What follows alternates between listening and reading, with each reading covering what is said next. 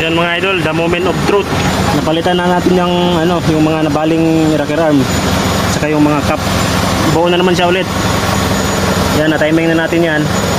Huwag na lang pansinin itong pulley ng ating pinalitan ko kasi. Yan.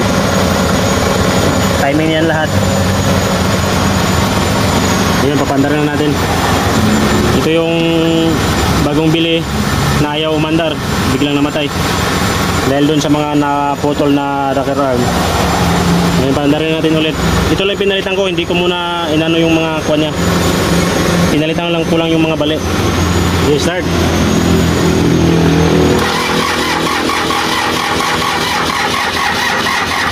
Oh.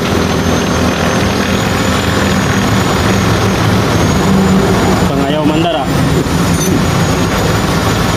Heater.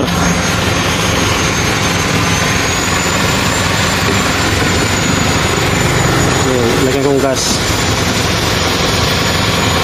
Okay. Start.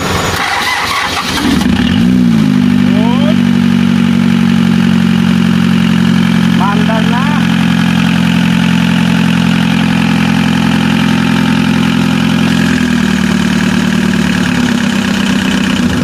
Ganda yung andar ah. Live doon. Ayos pala yung andar eh. Yan mga bossing, ayos na, umandar na siya. Yun lang ang sira.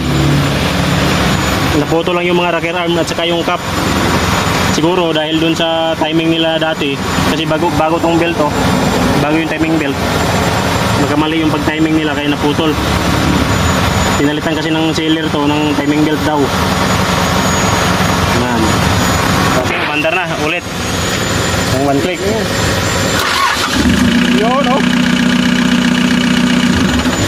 Oh, walang malubay ah. Wala naman malubay. Kaya nga, wala na kasi usok yan. Dapat yan mausok yan pag malubay. Oh.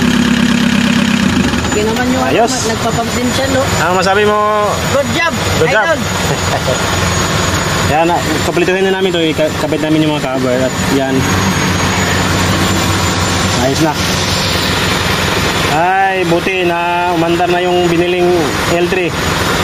Kabibili lang nasiraan ka agad. Okay, thank you for watching mga bossing.